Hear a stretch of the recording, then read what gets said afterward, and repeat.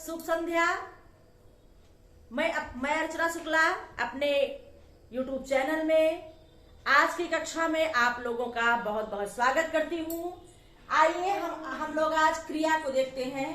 क्रिया के प्रकार देखना है आज हम लोगों को। कल की कक्षा में मैंने आप लोगों को क्रिया क्या है उसका अर्थ और परिभाषा को समझाने का मैंने प्रयास किया। आज की कक्षा में हम आपको क्रिया के भेद बताएंगे। तो क्रिया के भेद क्या है, आइए देखते हैं। क्रिया के भेद, पहला है सकर्मक क्रिया, दूसरी है आकर्मक क्रिया। सकर्मक अकर्मक को सामान्यतः शाब्दिक तौर पर जानते हैं कि जो क्रियाएं सार्थक है वो सकर्मक है, जो निरर्थक है वो अकर्मक है। लेकिन उसे अगर व्याकरणिक दृष्टि से देखते हैं क्रिया में, तो उसका अर्थ ये है कि जहां पर कर्म रहित क्रिया हो, जहां क्रिया के साथ कर्म आए, क्रिया का प्रभाव सीधे कर्म पर पड़े, वो सकर्मक क्रिया है। और जहां कर्म पर न पड़ के कर्ता पर क्रिया का प्रभाव पड़े, वहां पर अकर्मक क्रिया होती है।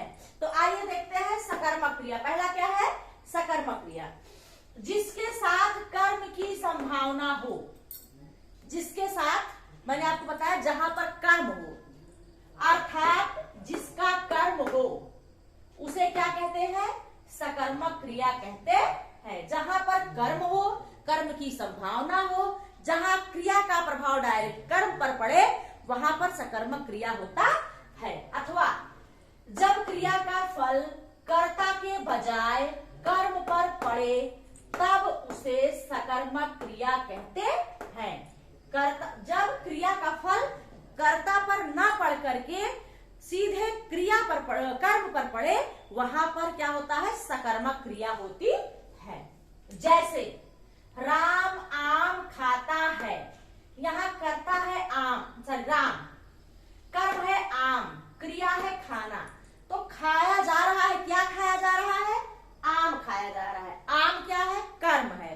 तो क्रिया का सीधा प्रभाव, सीधा संबंध आम कर्म से है, यहाँ कर्ता से कोई मतलब नहीं।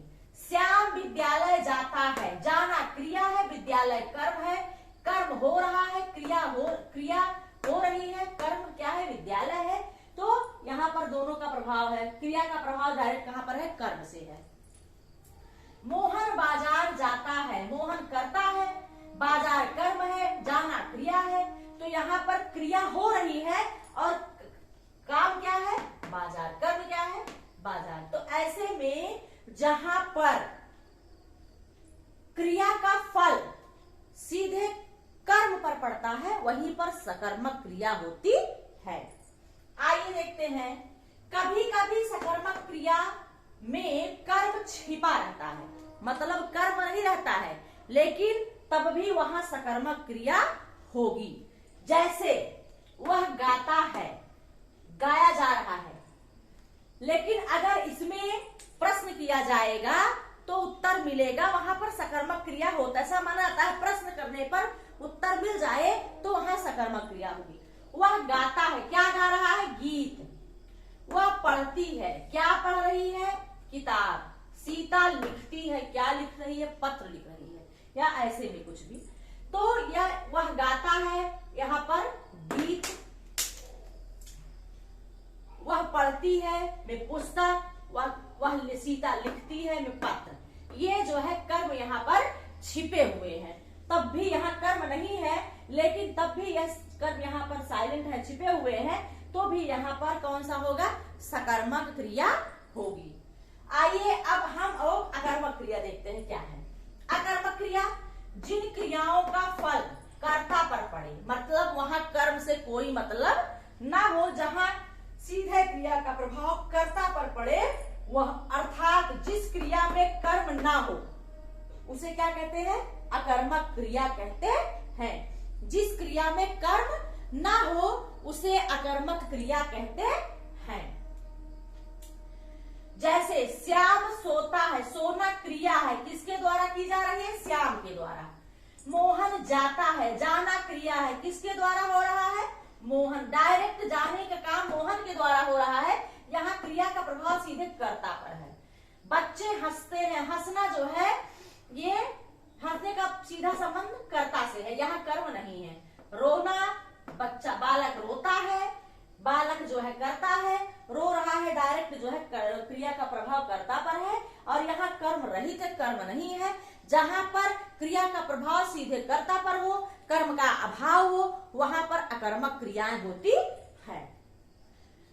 कर्म और स्वभाव के आधार पर क्रिया को रूढ़ अकर्मक और रूढ़ सकर्मक में रखते हैं। रूढ़ अकर्मक और रूढ़ सकर्मक भी समझना हमारे लिए बहुत जरूरी है। आइए देखते हैं कि रूढ़ अकर्मक क्या है और रूढ़ सकर्मक क्या है। रूढ़ अकर्मक क्रिया यह एक स्वाभाविक क्रिया होती है। क्या होती है? यह एक स्वाभाविक क्रिया है। इसको करने के लिए कोई प्रयत्न नहीं होता है। जो रूढ़ अकर्मक क्रिया है यह स्वाभाविक क्रिया है, नेचुरल है। इसको करने के लिए किसी प्रकार का प्रयास नहीं करना पड़ता। जैसे हमारे स्वाभाविक जो क्रियाएं हैं, जो हमारे द्वारा मनुष्य के द्वारा जो क्रियाएं स्वाभाविक हैं, वो रूढ़ अकर्मक होता है।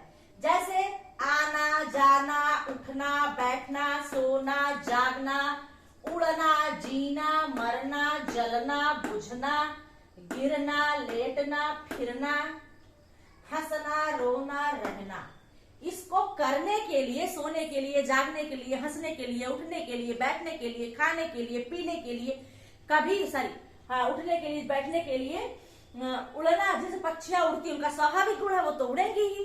तो ऐसी स्थिति में जो क्रियाएं स्वाभाविक होती हैं, जिसे करने के लिए किसी प्रकार का प्रयत्न की जरूरत नहीं होती है, वहां पर रूढ़ अकर्मक क्रिया होती है।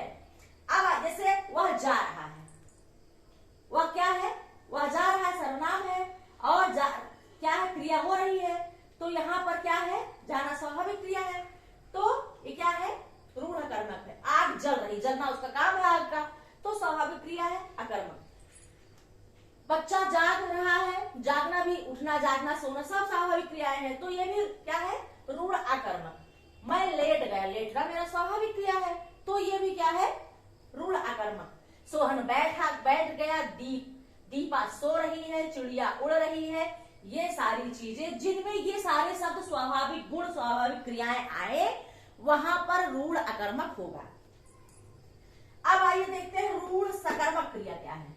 रूढ़ सकर्मक, इस क्रिया को करने के लिए कुछ प्रयत्न किया जाता है। किसको करने के लिए? रूढ़ सकर्मक क्रिया को करने के लिए कुछ प्रयास किया जाता है। यह स्वाभाविक नहीं होती है, इसे हमारे द्वारा प्रयत्न के द्वारा इसको किया जाता है। जैसे पढ़ना स्वाभाविक क्रिया नहीं, पढ़ा जाता है ना, उसके लिए प्रयास किया जाता है, मेहनत किया जाता है।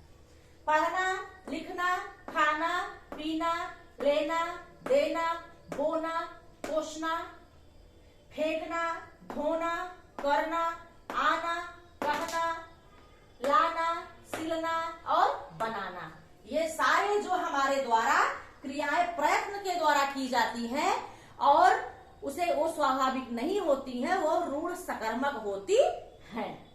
जैसे बालक पढ़ रहा है, बालक क्या कर रहा है? पढ़ने के लिए उसको प्रयास करना पड़ रहा है, स्वाभाविक क्रियाएं नहीं, कुछ ही देर तक पढ़ेगा। पढ़ रहा है।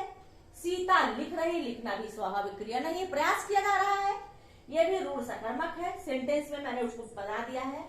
वह सिल रही है, सिलना स्वाभाविक क्रिया नहीं है, प्रयत्न किया जा रहा है। गीता खा रही है। तो जो ऐसे में आप जानो, रूढ़ सकर्मक और अकर्मक जो क्रियाएं स्वाभाविक होती हैं वो क्या होती है? वो रूढ़ अकर्मक होती है। जिन क्रिया को करने के लिए हमारे द्वारा प्रयत्न किया जाता है, प्रयास किया जाता है, मेहनत की जाती है, वो क्रियाएं रूढ़ सकर्मक कहलाती हैं। तो ऐसी स्थिति में ये रहे क्रिया के दो भेद, सकर्मक और अकर्मक। इसमें मैंने आपको रूढ़ अकर्मक, रूढ़ सकर्मक भी समझाया। अगले कल के वीडियो में हम क्रिया के अन्य भेद क्या क्या है उसे आपको बताएंगे। तो इस कक्षा में बस आज हमने आपको क्रिया बताया, तो आप इसको जो है अच्छी तरह से आप तैयार कर लीजिए। और मेरा आप लोगों से निवेदन है कि हमारे चैनल से जुड़े, लोगों को जोड़े और अपनी पढ़ाई को, अपनी तैयारी को अच्छा बनाएं। धन्यवाद।